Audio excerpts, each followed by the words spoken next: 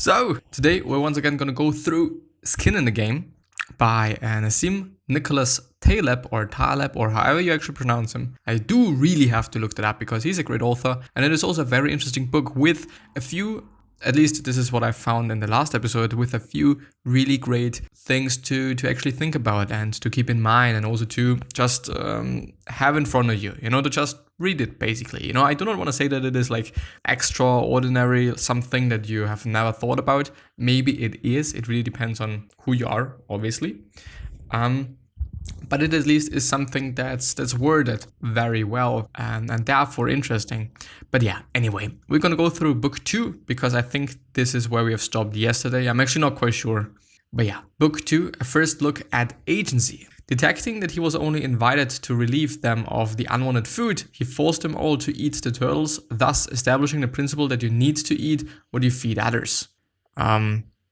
Which I guess, if you're just viewing it from the perspective of the other people, if you do also indeed eat what they're eating, then you're more or less on the same line, basically. You're more or less on the same stage as they are. Of course, if they're eating like the just biggest fucking shit, and you're eating caviar, or is it actually called caviar? Caviar? Or is it called something else?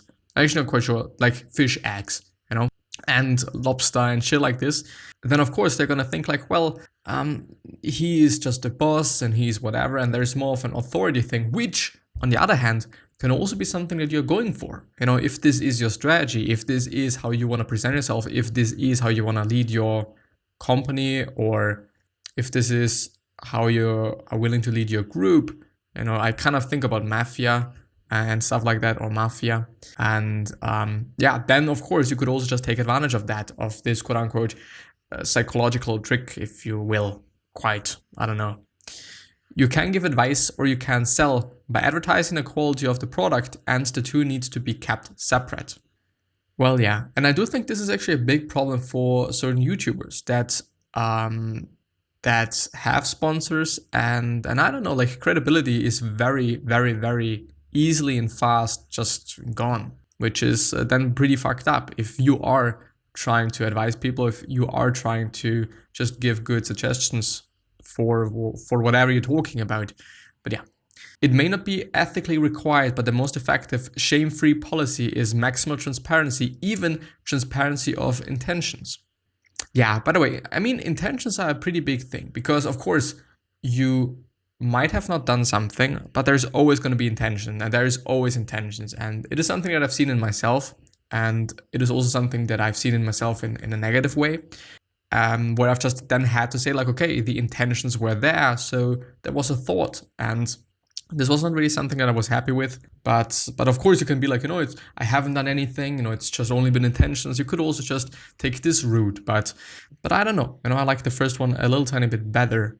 But it reminds me of, I think it is actually Ray Dalio, because he's very, very, very, very transparent in his company in a way that if he's making a mistake, that he's saying it, and or that if somebody sees that he's making a mistake, then he is also allowed to say that, and it is also kind of required to say that. So it's very transparent, and the whole company knows what's going on, and he therefore also knows what's going on, and that stuff, which I think is very productive. If it is the best work environment for all people, definitely not, because there's always going to be some people that do have secrets and shit like that. There's no problem if people have a conflict of interest if it is congruous with downside risk for themselves. What does congruous mean? I don't know what this means. In agreement or harmony. There is no problem if people have a conflict of interest. Yes, quite. Yeah, well, I get it. There is a trade-off between laser surgery, a precise surgical procedure, and radiation therapy, which is toxic to both patient and cancer. Statistically, laser surgery may have worse 5-year outcomes than radiation therapy, but the latter tends to create second tumors in the long run and offers comparatively reduced 20-year disease-specific survival. Given that the window used for the calculation of patient survival is 5 years, not 20, the incentive is to shoot for radiation. Actually quite, and this is I think also what doctors and hospitals and people that are working with that have to deal with, that they say, okay, you should use radiation and not delay surgery because, I don't know, statistically in the 5-year run or 5-year, well, actually, I think indeed 5-year run and stuff like that, it is better and it is whatnot. But yeah, I mean, it is a very difficult thing. There's a ton of more difficult questions and different things that some people have to deal with in their life. And I think, especially as a surgeon, like, this is a fucking big responsibility that you're having, basically. You can do your best and you can be on your best level and you're still a human being, of course. But I don't know. It is a tough job, I think. Also, from a psychological perspective, I would say, like, heavily. Should you drop dead a few weeks after the visit, a low probability event, the doctor can be sued for negligence, for not having prescribed the right medicine that is temporarily believed to be useful, as in the case of statins, but that we now know has been backed up by suspicious or incomplete studies. I don't know. Like, just, if I would be in, it is difficult. I just wanted to say that if I was in the situation in terms of, like, a family member of mine died because of this shit, then I don't know. Like, I think a doctor is trying to do his or her best. I believe, at least. As I said before, we're still all human beings. And I don't know if suing this person is just good for me. It's definitely not good for them. But yeah. But the pharmaceutical companies have managed to convince everyone that these unseen consequences are harmless, when the right precautionary approach is to consider the unseen as potentially harmful. In fact, for most people, except those that are very ill, the risk outweigh the benefits. Except that the long-term medical risks are hidden, they will play out in the long run, whereas the legal risk is immediate. Fucked up. Now, can one make medicine less asymmetric? Not directly. The solution, as I have argued in Anti-Fragile and more technically elsewhere, is for the patient to avoid treatment when he or she is mildly ill, but use medicine for the tail events, that is, for rarely encounter severe conditions. And this is something that I'm seeing in the complete opposite way in some people that I just know, or just, I don't know. The thing is, like, just immediately taking some aspirin because you're having a headache or just some shit like that, I can't really suggest that. And I don't know. Like, I also just personally don't like to go to the doctors for just multiple reasons, because I don't wanna. Another one is actually a psychological one. Like, I do not really wanna believe myself that I'm ill and stuff like that. And I'm very, very happy that at this point of time, I'm feeling pretty good. Even though, like, I think yesterday and the day before, I wasn't, like, just on point quite. But, there's always going to be ups and downs, and there's always going to be just something going on. But I think being healthy in the long run is always something to look out for, I think, at least. Book 3, I guess. Very, very interesting things that he's discussing there. And I just like it. I really just like it. And I think we're going to go through this book 3. And this is also then going to be it for this episode. Book 3, The Great Asymmetry. Studying individual ants will almost never give us a clear indication of how the ant colony operates. For that, one needs to understand that an ant colony as an ant colony is an ant colony as an ant colony, no more, not a collection of ants. Indeed, it suffices for an intransigent minority, a certain type of intransigent minority with significant skin in the game, or better, soul in the game, to reach a minutely small level, say 3 or 4% of the total population, for the entire population to have to submit to their preferences. Let us apply the rule to domains where it can get entertaining. An honest person will never commit criminal acts, but a criminal will readily engage in legal acts. Which is very interesting, yeah. But even though I don't really know if honesty has something to do with you committing a crime or not, but yeah. Let us call such minority an intransigent group and the majority a flexible one. And their relationship rests on an asymmetry in choices. Very difficult, an asymmetry. But what does intransigent mean? Uncompromising, inflexible, unbending. Okay. Another example, Do not think that the spread of automatic shifting cars is necessarily due to a majority preference. It could just be because those who can drive manual shifts can always drive automatic, but the reverse is not true. Wait. Another example. Do not think that the spread of automatic shifting cars is necessarily due to a majority preference. It could just be because those who can drive manually shifts can always drive automatic. But the reverse is not true. I don't really get what he's referring to, but I kind of get the first point, like, with the criminal and the non-criminal and the asymmetry there. When there are a few choices, McDonald's appears to be a safe bet, which is actually the case. It also is a safe bet in shady places with few regulars where the food variance from expectations can be consequential. I'm writing these lines in the Milan train station, and as offensive as it can be to someone who spent all this money to go to Italy, McDonald's is one of the few restaurants there. Such bullshit, I would say. I haven't been in Milan yet, in Milano, but I've been just in Italy hundreds of times, because Austria is just really close to it.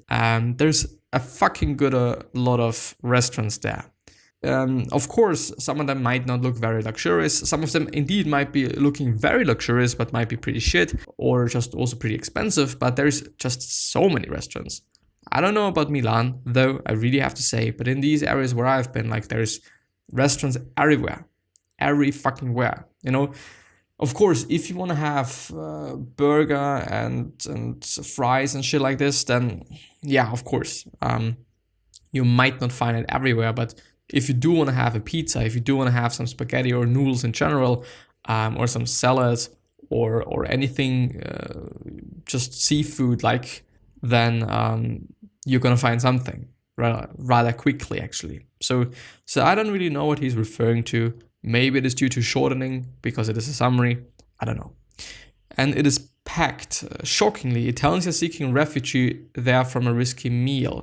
They may hate McDonald's, but they certainly hate uncertainty even more. Yes, indeed, this is totally the case. And I would also say, if you don't know if the food that you're gonna eat is bad or not, then just go to McDonald's, yeah, because you can be quite sure that it is gonna be as just always. And this is also kind of the concept of fucking McDonald's, that wherever you are, you're gonna get your stuff. That's it, and you do not even have to talk to the people there, because you can just use the touch screen, and that's quite it. Pizza is the same story. It is a commonly accepted food, and outside a gathering of pseudo leftist caviar eaters, nobody will be blamed for ordering it. Nobody will. Really not. It is definitely a really safe one. And I don't know, in Italy you can just eat a lot of pizza, so I'm not sure. I would actually really like to know what he's referring to there. Once you have 10% or more women at a party, you cannot serve only beer, but most men will drink wine. So you only need one set of glasses if you serve only wine, the universal donor, to use the language of blood groups. What? But I get what he's talking about. It's actually a pretty interesting thing to think about. And I don't know, if he's just constantly thinking about everything, I don't know, but it's quite interesting. First, under Islamic law, if a non-Muslim man marries a Muslim woman, he needs to convert to Islam. And if either parent of a child happens to be Muslim, the child will be Muslim. Second, becoming Muslim is irreversible, as apostasy is the heaviest crime under the religion, sanctioned by the death penalty. So in the end, the chance is very high that you're going to be a Muslim, that you're going to be Islamic, which is nothing bad, I don't give a shit. But yeah, the persecution of the Christians had vastly more to do with the intolerance of the Christians for the pantheon of local gods than the reverse. What we read is history written by Christian side and not the Greco-Roman one. Indeed the case, and it is often very important to just have a look at who wrote whatever you're reading. Purely monotheistic religions such as Protestant Christianity, Salafi Islam, or fundamentalist atheism accommodate literalist and mediocre minds that cannot handle ambiguity. A very harsh thing to say. It might be the case for those that really are religious, really, really, really. But just because you're part of a religion doesn't, first of all, mean that you're very religious, and second of all, doesn't mean that you're a mediocre mind. Another attribute of decentralization, and one that the intellectuals, quote unquote, opposing an exit of Britain from the European Union and Brexit don't get, if one needs, say, a 3% threshold in a political unit for the minority rule to take its effect, and on average, the stubborn minority represents 3% of the population with variations around the average, then some states will be subject to the rule, but not others. If, on the other hand, we merge all states in one, then the minority rule will prevail all across. This is the reason the USA works so well. As I have been repeating to everyone who listens, we are a federation, not a republic. To us, the language of anti-fragile, decentralization is convex to variations. I would actually like to get it because I think it is something pretty important, but you might get it, which is a pretty important thing. Let us conjecture that the formation of moral values in society doesn't come from the evolution of the consensus. No, it is the most intolerant person who imposes virtue on others precisely because of that intolerance. The same can be applied to civil rights. We need to be more than intolerant with some intolerant minorities. Simply, they violate the silver rule. It is not permissible to use American values or Western principles in treating intolerant Salafism, which denies other people's right to have their own religion. The West is currently in the process of committing suicide. So he's for just being stricter, I guess. The market is like a large movie theater with a small door, and the best way to detect the sucker is to see if his focus is on the size of the theater rather than that of the door. The market is like a movie theater with a small door, and the best way to detect a sucker is to see if his focus is on the size of the theater rather than that of the door. Yeah, indeed. I kind of get it, I guess. I'm not sure though. Revolutions are unarguably driven by an obsessive minority, and the entire growth of society, whether economic or moral, comes from a small number of people. Yes, indeed. Totally the case. If you think about people that have been founders of companies, very big companies that are just driving the economy heavily, then yeah. All it takes is, say, a 3% minority for Merry Christmas to become Happy Holidays. But I suspect that should the minority rise in numbers, the effect would go away as diverse societies are more syncretic. I grew up in Lebanon. I didn't know that in Lebanon, at the time when the population was about half Christian. People greeted one another in Roman pagan way of sharing one another's holidays. Today, Shiites and some Sunnis not yet brainwashed by Saudi Arabia would wish a Christian Merry Christmas. I see. Yeah, it's pretty interesting. But the thing is, this is, again, one of these things that I just wouldn't think about because it just might seem not that of importance for me, I guess. The psychological experiments on individuals showing biases, quote unquote, do not allow us to automatically understand aggregates or collective behavior, nor do they enlighten us about the behavior of groups. Understanding the genetic makeup of a unit will never allow us to understand the behavior of the unit itself. I don't really know. It might help to do so, but completely making us to do so, probably not now. The underlying structure of reality matters much more than the participants, something policymakers fail to understand. The underlying structure of reality matters much more than the participants. Under the right market structure, a collection of idiots produces a well-functioning market. Yeah. I mean, if there is no choice, then a few things, and these few things always lead to a good outcome, then yeah, it's gonna be a good market. Even though, I don't really know if the government should be kind of just regulating the market or some stuff like this, because people say, okay, we want to have the free market and stuff like that and shit and whatnot. Yeah, I don't know. The researchers Dashanya Gott and Shaiman Sanda came to a surprising result in 1993. You populate markets with zero intelligence agents, that is, buying and selling randomly under some structure such that a proper auction process measures bids and offers in a regular way. And guess what? We get the same allocative efficiency as if market participants were intelligent. Yeah, I don't know. I think the market is just something that you can't predict. People say they can, but in the end they can't. Some sort of. But yeah, I think I'm going to end the episode there. So I wish you the best health, happiness, and also success, and also hope that you're going to remind yourself and you're going to be remembered, which basically means your legacy, and basically means just being a nice person and then also being remembered as a nice person.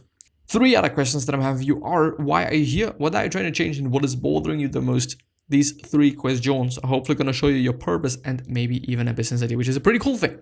On the other hand, something else to think about is this question: what could you do? What could you make? What could you create? What could you also say? Which is very important. That is going to make somebody stay, or life, or a week, or a month, or whatever. Because I totally believe that we can all do something. But yeah, with that being said, I'm hopefully going to see you the next time. Stay happy, patient, and everything else. Also kind. And I'm going to see you the next time. So bye-bye.